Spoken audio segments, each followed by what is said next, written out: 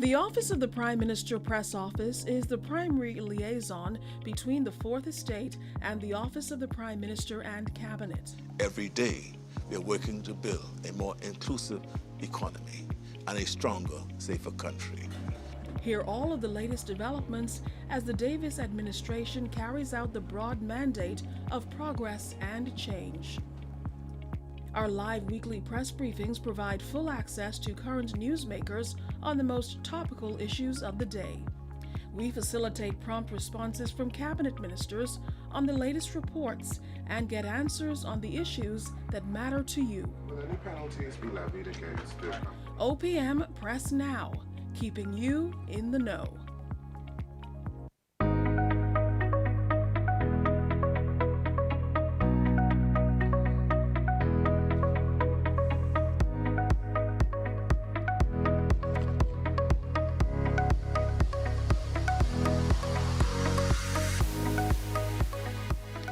Good afternoon, everyone, and it's my pleasure to welcome all of you here to the Office of the Prime Minister for our weekly press briefing, which happens to be taking place on a Monday this week.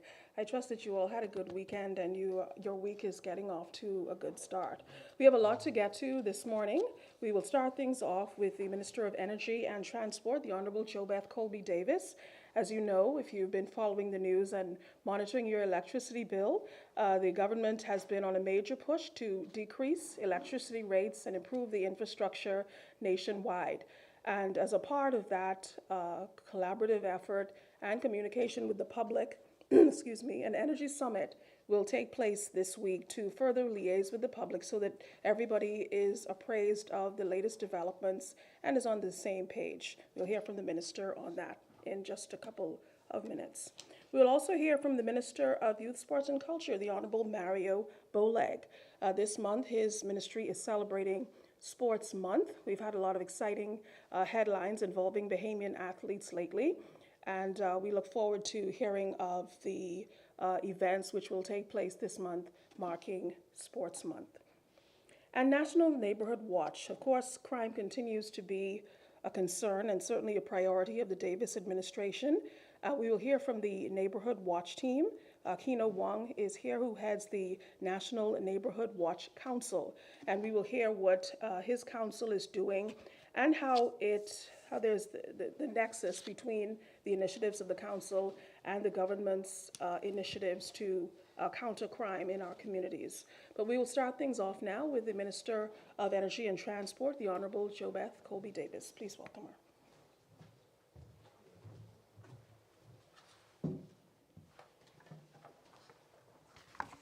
Thank you, Press Secretary, and good afternoon, members of the media, and thank you once again for being here.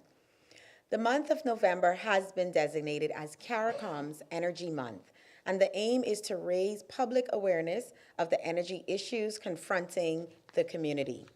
The focus of CARICOM Energy Month 2024 is sustainable energy.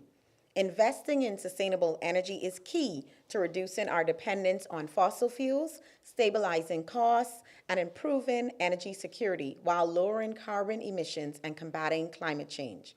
As member of CARICOM, the Bahamas will do its part to support sustainable energy efforts in the Caribbean. The Davis administration firmly believes that energy services must be accessible, reliable, affordable, and sustainable for all citizens. Later this week, the Ministry of Energy and Transport will host a two-day energy summit beginning the 7th of November and ending on the 8th of November at the Baha Convention Center. The summit is being held under the theme, Accelerating the Bahamas' Energy Transition Through Innovation and Strategic Partnerships.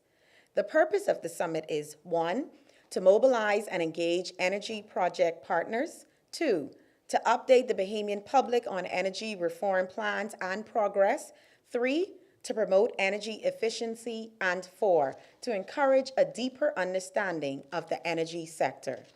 The events on day 1 are open to members of the public and will include an opening ceremony and panel discussions. The Prime Minister will deliver a keynote address during the opening ceremony. There will also be a special presentation on electric vehicles in the public transportation sector. The themes of the panel discussions are: 1, transformation of Bahamas Power and Light, better known as BPL. 2, integrating renewable energy and microgrids for New Providence and the Family Islands. 3, powering economic growth through energy. And 4, getting the regulatory framework right. Panelists will include representatives from BPL, Nassau Airport Development Company, also known as NAD, the Bahamas Chamber of Commerce and Employees Confederation, Bahamas Tourism Hospitality Association, Utilities Regulation and Competition Authority, IRCA, and the Office of the Attorney General. A key highlight of the panel discussion on getting the regulatory framework right is an update on the National Energy Policy, which is currently being revised and improved through a collaborative effort by the Ministry of Energy and Transport and IRCA. Key focus areas of the policy will address generation, transmission, distribution, supply, renewable energy, conservation, and energy efficiency. The sessions on day 2, the 8th of November, are closed to the public and will comprise of technical working sessions for all of our energy partners and the relevant government departments. The working sessions will include discussions on timeline, organization, key deliverables, and other commitments. The focus of day 2 is to ensure that all energy projects are delivered and completed on time. The Energy Summit is important as we seek to complete our reforms, which include the building of utility-scale renewable power in New Providence and the Family Islands, the modernization of the electricity grid and transmission and distribution network for New Providence, and transforming energy generation through LNG implementation in New Providence. We look forward to a productive and informative Energy Summit. We are committed to providing cleaner, more reliable, and affordable energy to every Bahamian family. Our energy policy will solidify our goals of sustainability and resiliency, ensuring that no Bahamian, including our businesses, is left behind in this energy revolution. I thank you for your presence here today, and now I invite your questions on the Energy Summit, if any. Good morning, good afternoon again.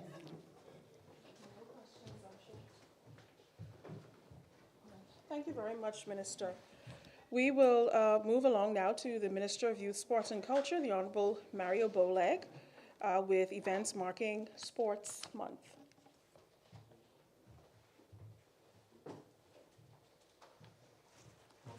Good evening, everyone.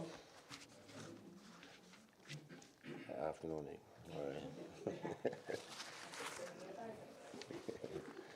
Well, today we're here to announce and launch Sports Month, which is one of the most exciting times within the Ministry of Youth, Sports and Culture, and that's during the month of November. National Sports Heritage Month is dedicated to celebrating all Bahamian connected to sports. Irrespective of their level of participation, this month-long celebration honors not only professional athletes and coaches, but also amateurs, casual sports fans, and enthusiastic supporters. It is time to recognize the contributions and individuals who may no longer compete actively, but have left a lasting impact on sports community. National Sports Heritage Month cultivates a sense of unity and appreciation within the community.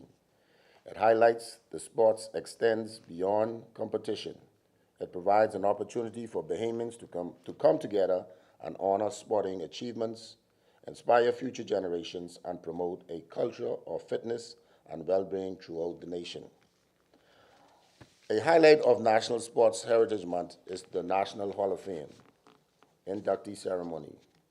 And I just want to list the persons being inducted in the ceremony this year, which includes posthumously Honorable A.F. Adley, our very own Prime Minister Philip Brave Davis, Gary Bean, Oswald Brown, Nelson Chipman, posthumously, Linda Ford, Sir Kendall Isaac, posthumously, Barbara Knowles, Randy Roll, Randolph Swaby, Stephen Hanna, Nico Grant, Dawn Knowles, Douglas Dougie Collins, Arthur Reggie Knowles, and the women's national softball team of the 1981 bronze medal team that competed in the World Games.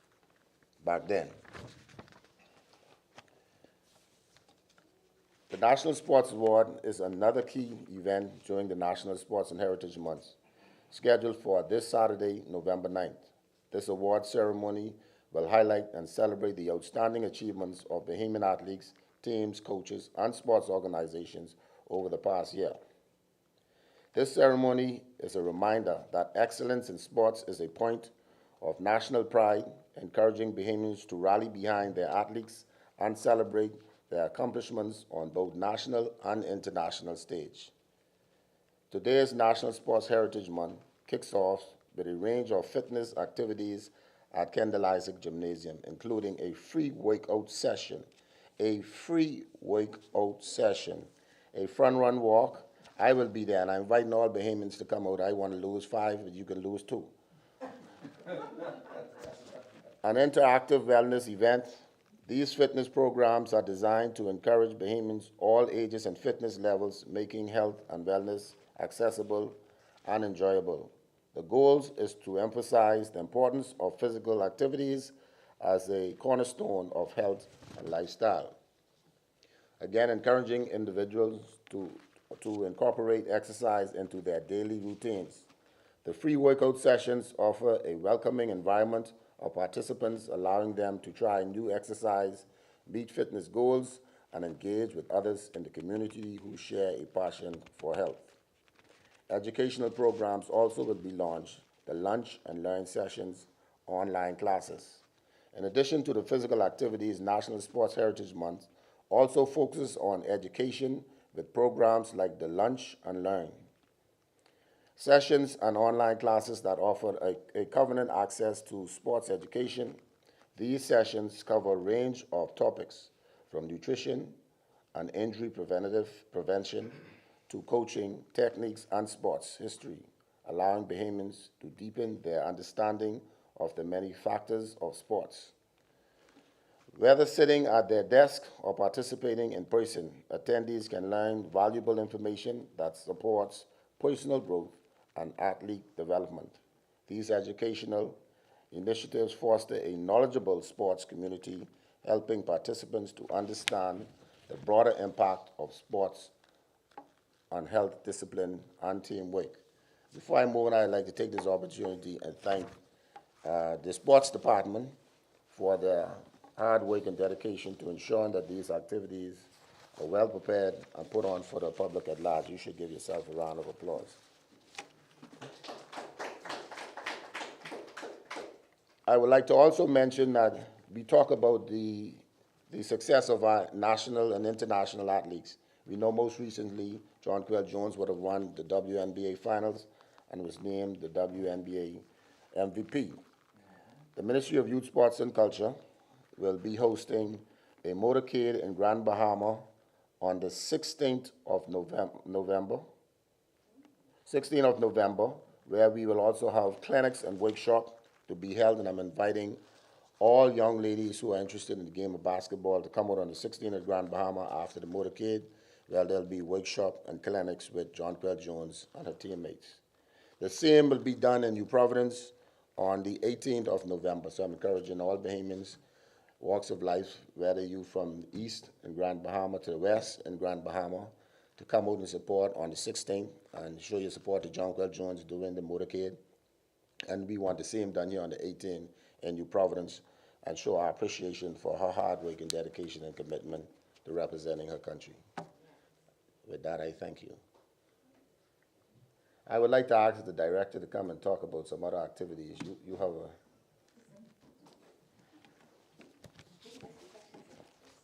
You don't want there? All right. Okay, any questions? No? This was a boring press conference here. We always clear. We just was clear. Well, we thank you for being very clear for you all this morning. Our next guest, Keno, are you going to be just as clear? You'll be very clear, right? Clear board and see how we can get it done, eh? All right. So we're talking Neighborhood Watch. Do you have a Neighborhood Watch association in your community? And if so, are you capitalizing on it? Keno Wong is going to talk about the progress of Neighborhood Watch, which has been around for a long time, but some may argue is needed more than ever before. Welcome, Keno. Good afternoon. The Bahamas National Neighborhood Watch Council launched on April 2018, April 30th, 2018, with approximately 40 neighborhood watch groups. Today, the country has approximately over 176 neighborhood watch groups, primarily here in New Providence, Grand Bahama, Abaco, and of course, Eleuthera, Black Point Exuma, Farmers Key, and some other keys of the islands, especially in the Abacos. However, crime is everyone's business. And in essence, we encourage all walks of life, no matter what community you are in, to foster a neighborhood watch in your community. And if you need a neighborhood watch in your community, you can call the Ministry of National Security. You can call and speak to the desk there responsible for neighborhoods and speak to us and let us know how best we can come into your community. I dare to say that it's good to know that the two ministers that have spoken there are neighborhood watch in their constituencies. And so they have active neighborhood watch in their communities. However, the Bahamas government's Clear Hold Bill initiative that was launched in the South Central Division, Angliston, South Central, which is the Grove Police Division. Angliston, we have approximately 5 neighborhood watch groups in that particular area. Ridgeland Park, East and West, Montel Heights, Angliston itself, the Grove. And so therefore, those particular presidents are very active in their communities, specifically the Grove, where we have a reserve police officer, Mr. Forbes, who can constantly patrol his community. And so therefore, this community is a significant step towards achieving safer, better, and healthier neighborhoods throughout the country. As a community leader, endorsing this initiative is crucial, and I firmly believe every community across the country should adopt it. Even though Angliston is the phase 1, and they got about phase 5, we believe that these different phases will definitely decrease crime in our communities, where we can see derelict vehicles are being moved, old properties are being torn down, overgrown properties are being discarded, and so we're happy about that. But the key benefits for us and the neighbors by adopting the Clear Bold tactic.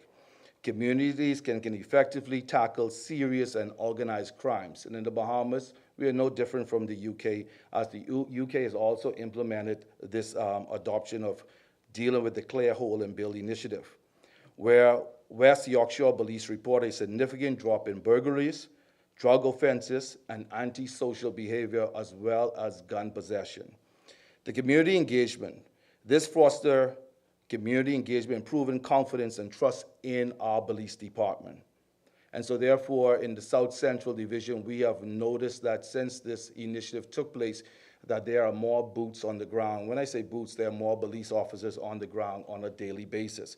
And so we thank the Royal Bahamas Police Force for being in the Angliston area to curb this crime. Even though we are seeing crime that may happen every other day, but we can say that once the neighborhood watch is active, we will know that we continue to be the eyes and the ears in our communities to foster that partnership, foster that collaboration with law enforcement. And, of course, confidence in reporting intelligence. Sustainability. For the initiative to be sustainable, community ownership is vital. You as a community, as a resident in your community, must take ownership of your community. Local school organizations and partners must be involved in decision-making process. And the challenges and solutions, such as abandoned buildings and derelict vehicles, like I addressed earlier, abandoned buildings and derelict vehicles is crucial in moving, as they can harbor criminal major activities. Clear Hold Bill initiatives can help remove these hazards, creating safer spaces, but also healthier neighborhoods. And we realize when we have healthier neighborhoods, we have a better community. And so therefore, our collaboration is very effective between law enforcement agencies, community leaders, our parliamentarians, government agencies is essential for the initiative's success. But we also believe that with their support, neighborhood watch groups can also be the key component of fighting crime daily in our communities.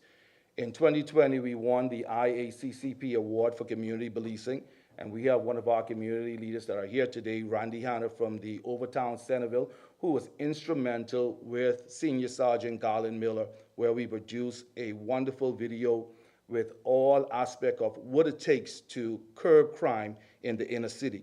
And so by embracing the Claire Bowl initiative, the Bahamas government and the National Neighborhood Watch Council can build on the legacy, ensuring communities continue to thrive and become safer and better and healthier communities.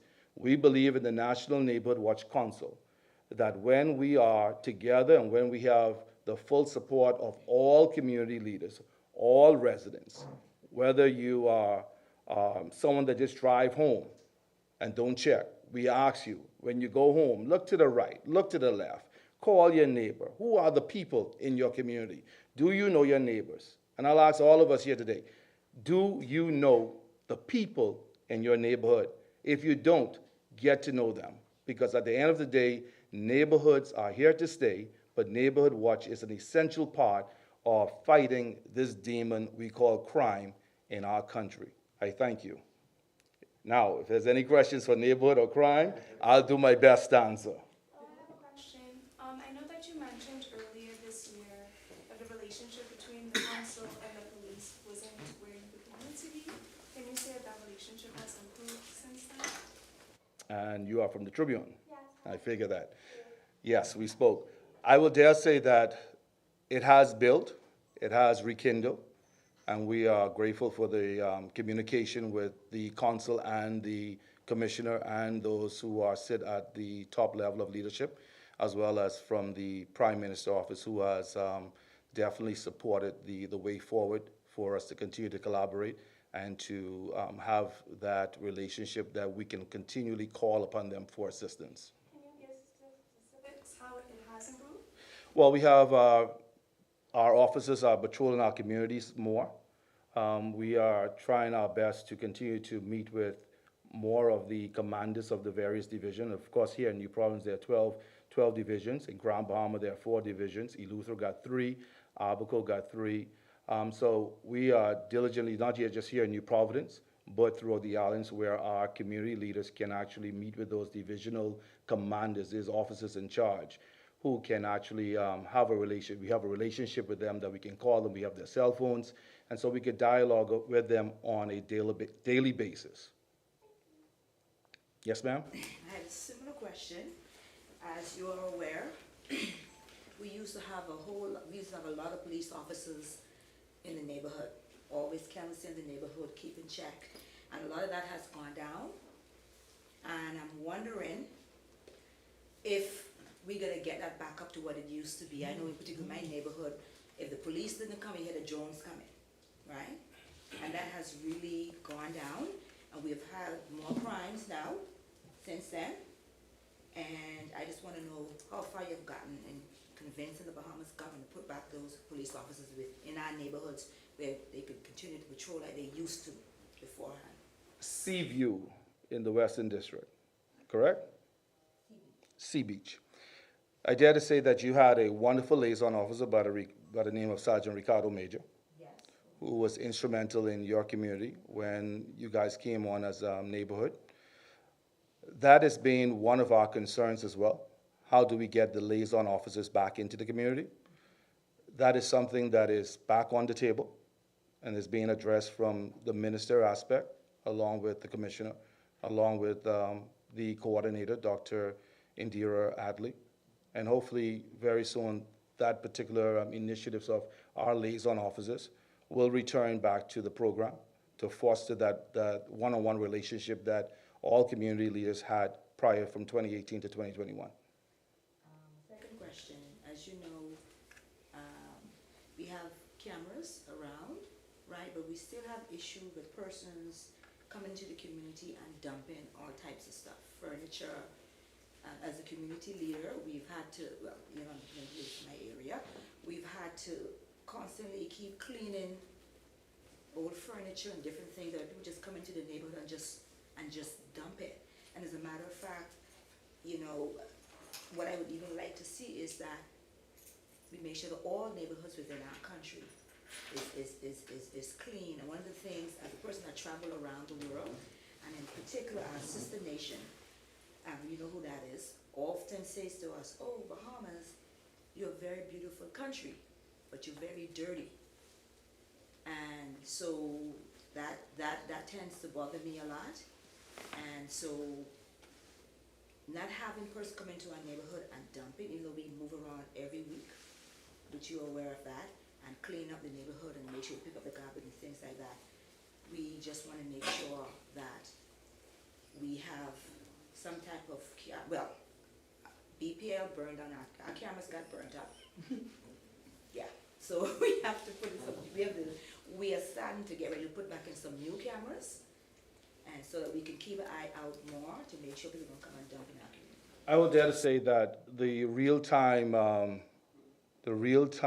at the Royal Bahamas Police Force, that's under the leadership of ACP Shivago Dames.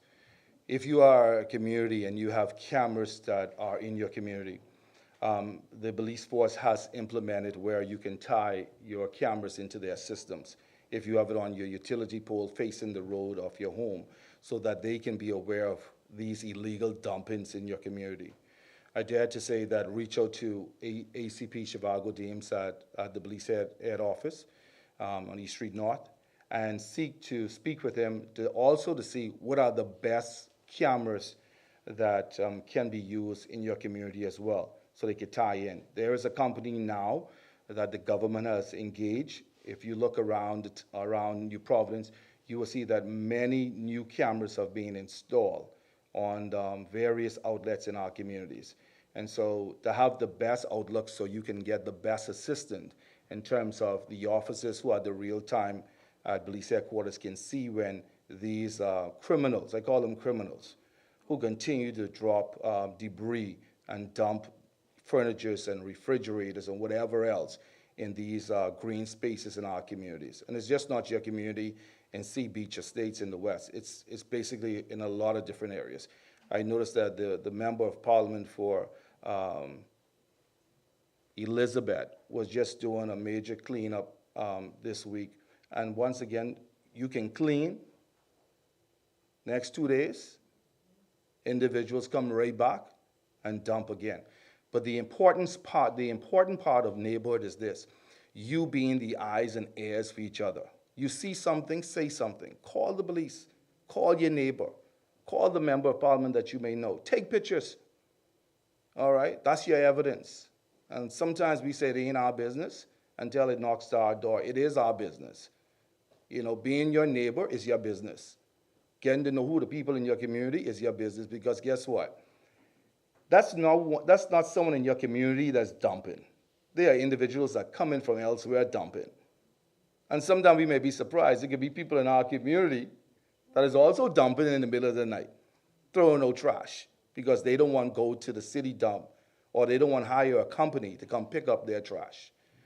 But you, as residents of our country, if you see something, say something. Continue to be the eyes and ears for your community, so you can have safer, healthier, and better communities.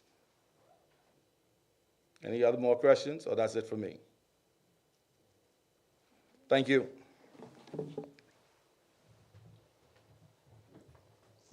Thank you very much, Mr. Wong. Thank you, ministers, and good luck on Sports Month and, of course, on the Energy Summit coming up. And I hope that the talk with Mr. Wong encourages everyone to further engage with Neighborhood Watch and the police on doing their part to fight crime. If there aren't any further questions, I thank you all very much and have a good afternoon.